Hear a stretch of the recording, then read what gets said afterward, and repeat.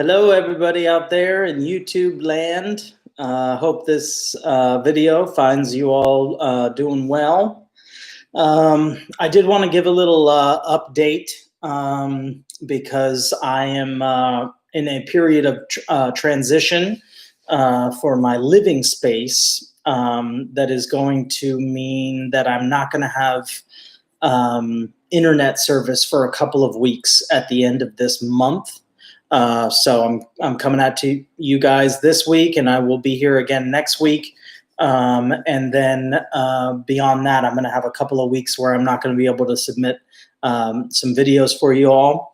But I will keep prepping classes so that I've got plenty of stuff for you guys as soon as I get myself relocated here in town and have internet service again. So anyway, that's the that's the update here for Mr. Zach. And today we are going to focus on poetry. I'm kind of going to go back and forth between fiction and poetry whenever I submit a video, since they're going to be a little less regular for a little while. So just to keep you updated, if you're thinking that you missed any videos, you haven't yet. I'm just trying to make sure I cover my bases as best I can, you guys. So today will be a poetry day, and I came up with what I thought was an interesting way to approach poetry today. Today's topic or focus, if you will, is going to be on writing a piece of poetry about poetry. Oh, okay. Well, what do you mean by that, Zach? Well, I will tell you. Okay. If some of you may recall from a few poetry classes ago, I read a very small poetry collection from Lawrence Ferlinghetti, one of my favorite poets. And the name of the poetry collection was What is Poetry?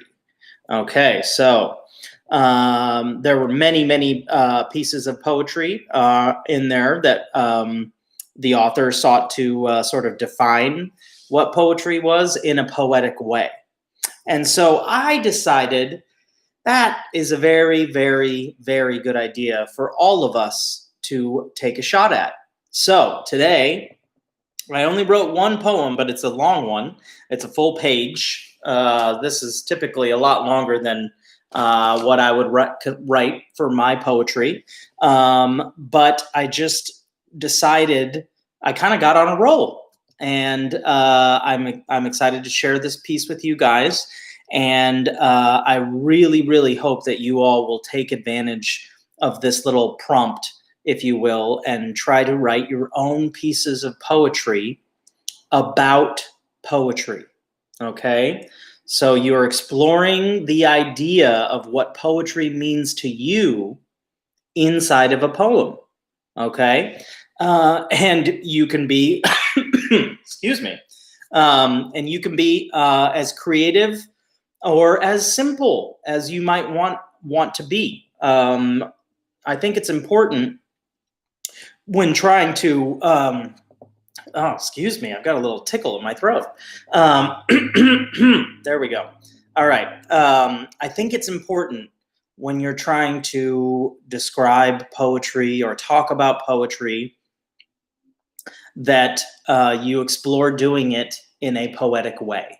And that's really the only rule for today's poem. So I hope that this might be exciting for you all. And I'm certainly excited to share with you my piece of poetry about poetry. So without further ado, I will read this for you guys, and then I will go through and I will discuss, like I typically do, my thought process and how I got to where I got to. All right, here we go. Zach's poem about poetry. And this one has a title. Typically, I don't title my poetry, but this one, the title was important for me. So this is where I started. The title of this piece is Invite Yourself to Be a Poet. Okay? That's the title. And the first line. Invite yourself to be a poet. Paint a picture with your words. Bring us into your world. Let us see through your eyes. Lead us down the paths that only you can see. Get microscopic. Unleash the epic. Get lost in the metaphors. Find yourself amidst the fantasy. Free the ideas you've been holding on to for too long. Discover the ideas that you didn't know you had. Take them for a walk on a beach or through the woods. Rest beside a new thought. Let it start the conversation when it's ready. You don't always have to have it figured out. Sometimes the meaning isn't found until long after it was first written. Pack a lunch for your next poem. Sneak a treat in there too. If you need to, leave a poem alone for a while. It's okay. It will celebrate your return with a renewed purpose and a fresh perspective. Okay, so that is my poem today, Invite Yourself to Be a Poet. And that really is an invitation for all of you at home there. I really hope that through all of this, that you guys are finding your own voices on the page, and that you guys are exploring and using these prompts and these video classes to explore something that maybe you haven't been able to explore before. So basically, this whole poem is my advice to any young poet. And I think parts of it should sound familiar, because there are definitely phrases that I chose to write into this poem that I use in these poetry classes all the time. And it's very important to give yourself the chance to try some of these things out, okay? So the first line, aside from the title, Invite Yourself to Be a Poet, is paint a picture with your words. How many times have I shared that? And for any of you who may still be struggling with that phrase, or what do you mean by that, Zach? I think when you are painting a picture, you have to take your time to get all the pieces right. And sometimes there are big, large strokes that you need in your picture, and sometimes there are very, very tiny little details that need to be explored in your picture. And it's the same with poetry, you guys. We are trying to create a mood or a scene, most of the time both. And it's important to get specific with what it is you are trying to show your reader. So that's thought number one. Bring us into your world. Let us see it through your eyes. Now, this is one I don't know if I've articulated in that way in these classes, but I've certainly talked around this. It is very much any piece of poem is from your perspective, okay? From your unique perspective. And I think it's very important to invite your reader into your perspective and show them around, just like you would a visitor coming over to your home. And they say, hey, how about a tour or whatever? Oh, yeah, the kitchen's over here and the living room's in there. And down the hall, we got a bathroom and this and that, It's the same way with a poem. You want to invite your reader in to your poem and show them around.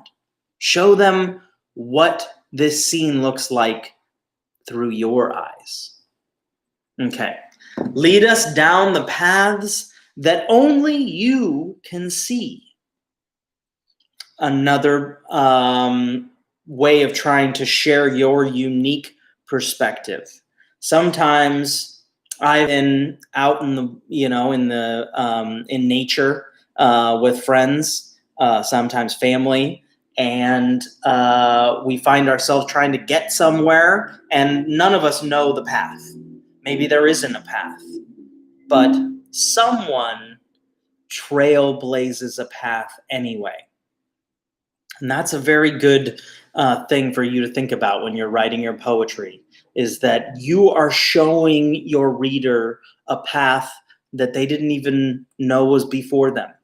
And it's only through the way that you describe the world that this poem exists in, okay, that makes it unique, makes it yours.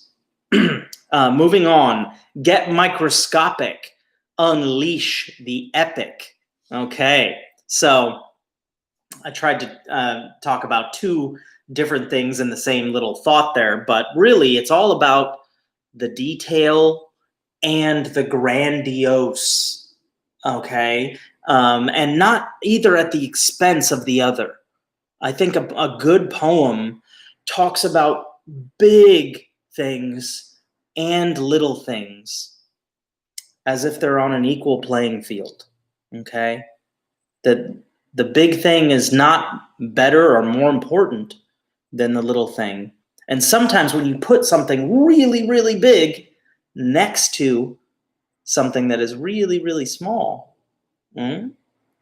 sometimes there is a unique way that you can share that. I keep coming back to unique. Maybe I should have written that into my poem. Really, what we're talking about is being yourselves on the page, okay? Being your unique selves in however you need to express your poem, and not feeling bad about it.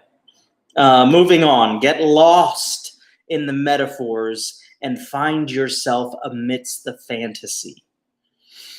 Okay, so metaphors, just a review, is stating that something is something else. So you could say a simile, on the other hand, is saying that something is like something else. So a simile would be like the sky is like a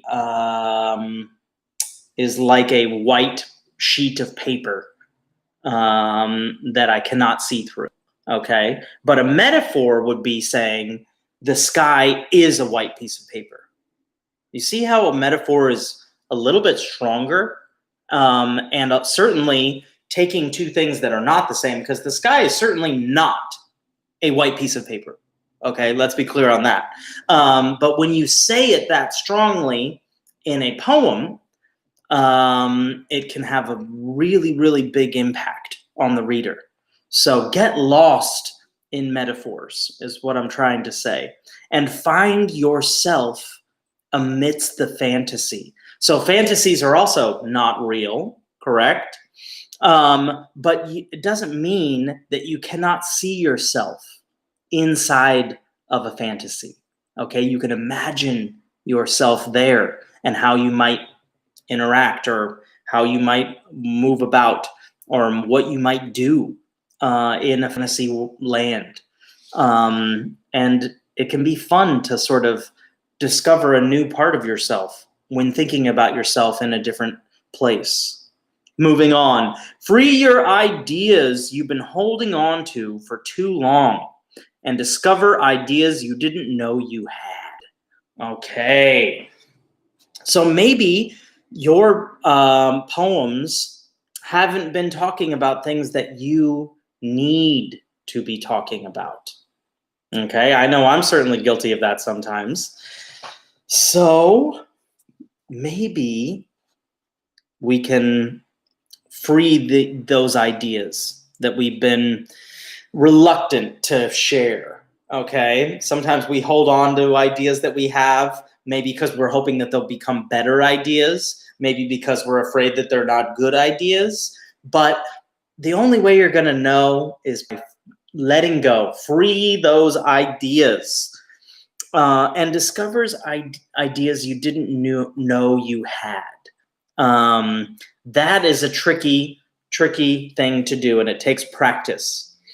But as you do more writing and you start to free yourself up more, I think you will all discover that you can surprise yourself with what your poem becomes. Okay? I did not anticipate that my poem would become what it did today. And I certainly surprised myself a couple of times in the ways that I needed to talk about poetry today. Moving on. Take them for, now the them there is still talking about these ideas that we all have for writing poems. Take these ideas for a walk on a beach or through the woods. Okay? So here I am writing a piece about poetry, trying to give you all the best advice I can to write your best pieces of poetry. And I can't avoid it. I still think about poetry like a character in a story. And some characters need to be taken for a walk along the beach, and some characters need to be taken for a walk through the woods, or there can be many, many, many other locations. I particularly pull a lot from nature when I'm writing poetry, but you guys don't have to. If you're feeling like you need to write a poetry about, you know, the struggles of living in a town, and, you know, having the hustle bustle around you, feel free. Go for it. Okay. Moving on. Rest beside a new thought. Let it start the conversation when it's ready. Okay, so that thought for me is all about being patient.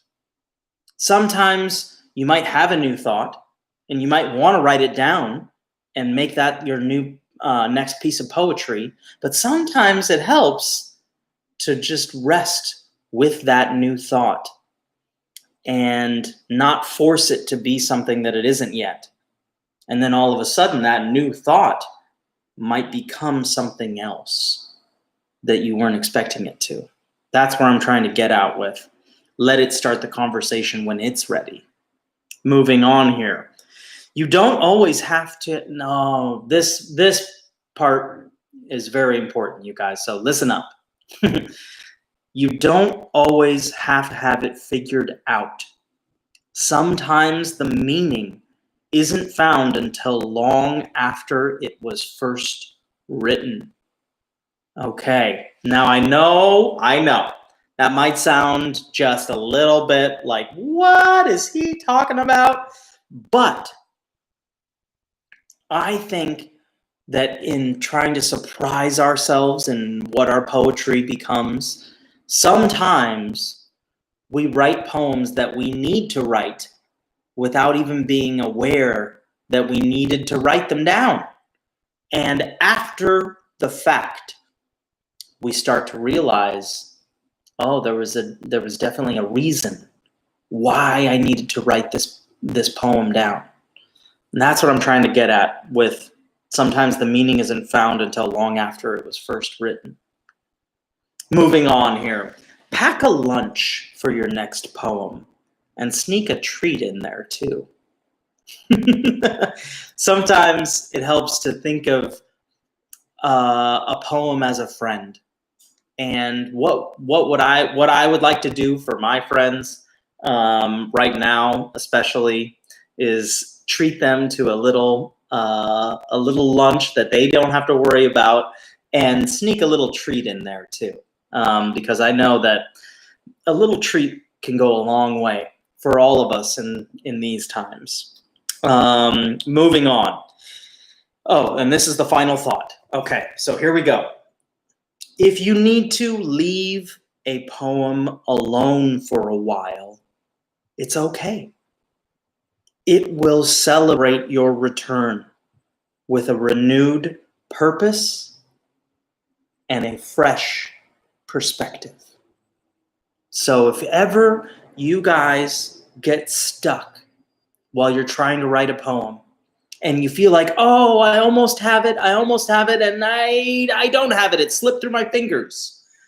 Don't beat yourself up. Don't tell yourself I'm a bad poet. Okay? Take a break. Take a pause for a day, for a week if you need to, and come back to that poem some other time. And I think you will be really, really surprised at what leaving a little bit of leaving a poem alone for a moment, at how